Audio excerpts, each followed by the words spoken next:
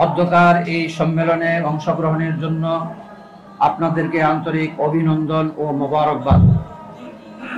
প্রিয় সাংবাদিক বন্ধুগণ, গোটা জাতি অবগত আছেন যে প্রায় ৬০-এর অধিক আলেম উলামা সহ ২,০০০-এর অধিক শহীদদের রক্তের বিনিময়ে নব স্বাধীনতা অর্জিত হয়েছে।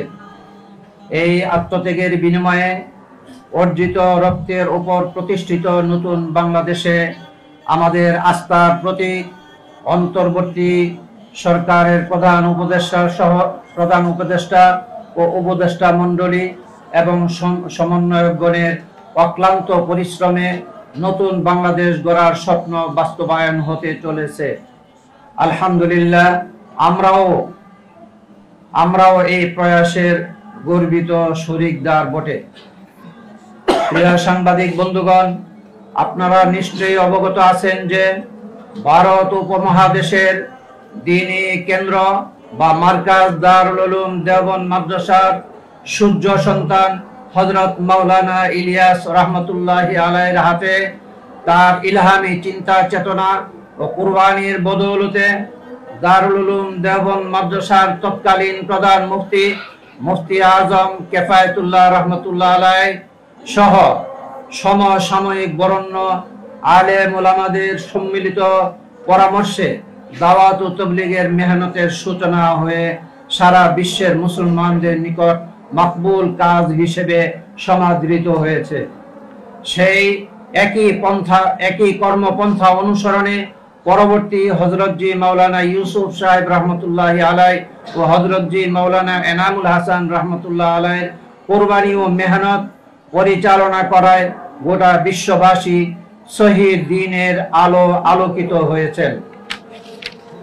অর্থাৎ উক্ত তিন হযরতগণই দারুল উলুম দেওবন্দের আকাবির উলামায়ে কেরামগণের সাথে পরামর্শের ভিত্তিতে সকল দ্বীনি কাজ আঞ্জাম দিয়ে আসছিলেন।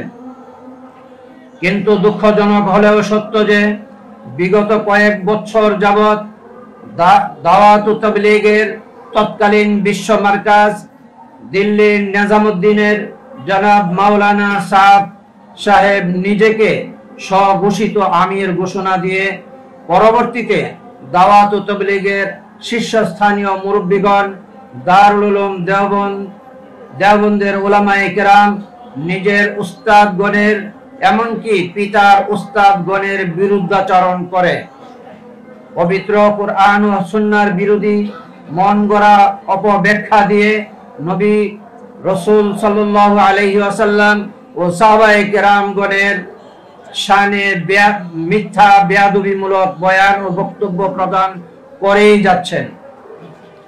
এই বিষয়ে দারুল উলুম দেওবন্দ সহ সমগ্র বিশ্বের শীর্ষস্থানীয় উলামা মাশায়েখগণ মাওলানা সাহেবকে তার বিভ্রান্তিমূলক বক্তব্য প্রদান থেকে সরিয়ে আনার জন্য বারংবার আপ্রাণ চেষ্টা চালিয়েও ব্যর্থ হয়েছেন। তিনি দারুল উলুম দেওবন্দের ফতোয়াকে উপেক্ষা করে কোনো ভিনদেশী ষড়যন্ত্রকে বাস্তবায়নের অপচেষ্টা করে যাচ্ছেন। এই পরিস্থিতিতে তাকে বাংলাদেশে আসার সুযোগ দেয়া যেমন বিপজ্জনক, তেমনি তার অন্ধ অনুসারী ও ভক্ত সাদপন্থীদের কাকরাইল মসজিদ ও টঙ্গী ইজতেমা ময়দানের জন্য সুযোগ দেওয়া কোনোভাবেই নিরাপদ নয়। কারণ 2018 সালের 1 ডিসেম্বর টঙ্গী ইজতেমা ময়দানে তাবলীগের জুরের প্রস্তুতিমূলক কাজে অংশগ্রহণকারী দাওয়াত ও তাবলীগের সাথী ও মাদ্রাসার নিরীহ ছাত্র ও শিক্ষক ও ছাত্রদের উপর হত্যার উদ্দেশ্যে সাদপন্থীরা নৃশংস হামলা চালিয়েছে এবং 2 জন তাবলীগের সাথী তাদের হামলায় মৃত্যুবরণ করেন। শুধু তাই নয়, শত শত ছাত্র শিক্ষক সাথী মাথা হাত পায়ে মারাত্মক আঘাতপ্রাপ্ত হয়ে হাসপাতালে ও ঘরে কাতরাচ্ছে। অন্যদিকে সাদপন্থী হামলাকারীরা নিজেদের অপরাধ ঢাকার জন্য আক্রান্তদের বিরুদ্ধে মিথ্যা মামলা করে যাচ্ছে। তারাই আবার নিজেদের স্বরূপ উন্মোচনের ভয়ে গত 6 নভেম্বর 2024 জাতীয় প্রেস ক্লাবে সাংবাদিক সম্মেলনে নির্লজ্জ মিথ্যাচারের মাধ্যমে পূর্বে তাদের কৃত সকল অপকর্মেও দায়ভার উলামাপন্থী সাথীদের উপর চাপানোর অপচেষ্টা চালিয়েছে। প্রিয় সাংবাদিক বন্ধুগণ, দারুল দেওবন্দের সদরুল মুদাররিসিন হযরত মাওলানা আরশাদ মাদানী দামাত বারাকাতুহুম এবং পাকিস্তানের শাইখুল ইসলাম হযরত মাওলানা তাকি উসমানী সাহেব দামাত বারাকাতুহুমের আজকালের বক্তব্য শুনলেই বোঝা যায় সাতপন্থীদের মিথ্যাচারের পরিধি কত জঘন্য। উক্ত সাংবাদিক সম্মেলনে তাদেরও বক্তব্যে বিচারক মণ্ডলীর সিদ্ধান্তই চূড়ান্ত সিদ্ধান্ত বলে বিবেচিত হবে মর্মে যে বক্তব্য প্রচার করেছে, তাতে যদি তারা অটল থাকে তাহলে উপরোক্ত হযরতগণের আজকালের বক্তব্য ও অবস্থান লক্ষ্য করলেই প্রমাণিত হবে যে সাতপন্থীদের বক্তব্য ও অবস্থান ভ্রান্ত। কারণ উক্ত দুই হযরতই দারুল উলুম দেওবন্দের ফতোয়ার উপর অটল অবিচল হয়েছেন।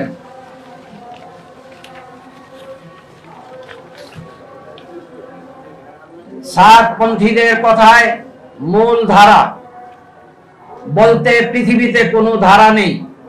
তাবলীগের এই মেহনতের কাজ উলামায়ে কেরাম, উলামায়ে দেওবন্দের সূর্য সন্তান হযরত মাওলানা ইলিয়াস রাহমাতুল্লাহি আলাইহি শুরু করেছেন। এখনো হক্কানি উলামায়ে কেরামগণই এই মকবুল কাজের আঞ্জাম দিয়ে যাচ্ছেন। তারাই দাওয়াত ও তাবলীগের মূল ধারা, এর বাইরে কোনো ধারা নেই। দাওয়াত ও তাবলীগের মেহনতে কোনো বৈষম্যের স্থান নেই। কারণ বৈষম্য শব্দের অর্থ হলো সব অধিকার থেকে বঞ্চিত হওয়া। যারা দ্বীনের কোরআন হাদিসের অপব্যাখ্যাকারী, নবী রাসূল সাল্লাল্লাহু আলাইহি ওয়াসাল্লাম ও সাহাবায়ে কেরাম রিদওয়ানুল্লাহি আলাইহিম আজমাইন গণের বিদ্বেষী, তাদের তো দাওয়াত ও তাবলীগের মেহনতে কোনো অংশ থাকার কোনো সুযোগ নেই। এক কথায় উলামা বিদ্বেষী, টঙ্গীতে মানুষ হত্যাকারী, বিশৃঙ্খলা সৃষ্টিকারী সাতপন্থীদের কাকরাইল ও টঙ্গীতে কোনো অধিকার নেই, থাকার কোনো প্রশ্নই নেই। দাওয়াত ও তাবলীগের মেহনতের কোনো পক্ষ নেই, বরং একটাই পক্ষ, তা হলো হযরত মাওলানা ইলিয়াস রাহমাতুল্লাহি আলাইহির কর্মপদ্ধতি অনুসরণকারী উলামায়ে হক্কানির পক্ষ। প্রিয় সাংবাদিক ভাইরা, বিগত ফ্যাসিস্ট সরকারের আমলে যারা দুর্নীতিবাজদের তেল মর্দন করে মদদ দিয়েছে, ভোটারবিহীন নির্বাচনে ফ্যাসিস্ট হাসিনা দলীয় কর্মী হিসাবে মাঠে ময়দানে কাজ করেছে, আজকে প্রায় 60-এর অধিক আলেম উলামা সহ 2000-এর অধিক শহীদানের রক্তের বিনিময়ে অর্জিত রক্তের উপর প্রতিষ্ঠিত নতুন বাংলাদেশ আমাদের আস্থার প্রতীক। অন্তর্বর্তী সরকারের প্রধান উপদেষ্টা ও উপদেষ্টা মণ্ডলী এবং সমন্বয়কগণের আশেপাশে ওই সাতপন্থীদের বীর দেখা যাচ্ছে। প্রিয় সাংবাদিক বন্ধুগণ, আমরা আপনাদের মাধ্যমে সরকারের গুরুত্বপূর্ণ ব্যক্তিদের পরিষ্কার বলে দিতে চাই, পতিত ফ্যাসিস্ট সরকারের আমলে সুবিধাভোগী মতলববাজদের কোনো ষড়যন্ত্রমূলক পরামর্শে কান দেওয়া যাবে না। কাকরাইল মসজিদ এবং টঙ্গীর ইজতেমার মাঠ সহ সব সময়ের জন্যই উলামা বিদ্বেষী সাতপন্থী মুক্ত রাখতে হবে। প্রিয় সাংবাদিক ভাইয়েরা, দেশ এখন একটি সংকটকাল অতিক্রম করছে। দেশবাসী আলোর মুখ দেখার প্রহর গুনছে। সরকার দেশবাসীকে একটি শান্তির দেশ উপহার দেওয়ার আপ্রাণ চেষ্টা করে যাচ্ছেন। এই অবস্থায় সন্ত্রাসী সাতপন্থীদেরকে নতুন কোন ষড়যন্ত্রের মাধ্যমে অনাকাঙ্ক্ষিত পরিস্থিতি সৃষ্টির সুযোগ দেওয়া যাবে না। অতএব দেশের শান্তি শৃঙ্খলা রক্ষার স্বার্থে কাকরাইল মসজিদ মাদ্রাসা কমপ্লেক্স ও টঙ্গীর ইজতেমা ময়দান শতকরা 90% উলামা পন্থী তাবলীগের সাথী তথা উলামায়ে কেরামের পরামর্শে শুরাই নিজামে চলনেওয়ালাদের জিম্মায় ছেড়ে দিতে হবে। গত 5 নভেম্বরের মহাসমাবেশের ঘোষণাপত্রের দাবিও এমনটি ছিল। অন্যথায় 24 ঘন্টার নোটিশে ঢাকা অচল হওয়ার সমূহ সম্ভাবনা রয়েছে। আমরা সারা দেশবাসীকে নিয়ন্ত্রণের ক্ষমতা রাখি না। প্রিয় সাংবাদিক বন্ধুগণ, আমরা লক্ষ্য করছি গত কয়েকদিন আগে গুটি কয়েক সন্ত্রাসী সাতপন্থীদের সংবাদ সম্মেলন মিথ্যাচারে ভরা পাগলের প্রলাপ মনে হয়েছে। সমাধানের পথ একটি খোলা আছে। তওবা করুন, আপনাদের আমিরকে তওবা করান, দ্বীনের সহি পথে ফিরে আসুন, সংঘাত নয় শান্তির পথে চলতে শিখুন। প্রিয় সাংবাদিক বন্ধুগণ, আজকের এই গুরুত্বপূর্ণ সংবাদ সম্মেলনে আপনারা সময় দিয়ে উপস্থিত থাকার জন্য আমরা অসংখ্য ধন্যবাদ জানাচ্ছি। আপনাদের মাধ্যমে জাতির সামনে আমাদের সুস্পষ্ট বক্তব্য এবং অবস্থান পরিষ্কার করার চেষ্টা করেছি। আশা করি আপনারা যথাযথভাবে জাতির সামনে এই মেসেজটি পৌঁছে দিবেন ইনশাআল্লাহ।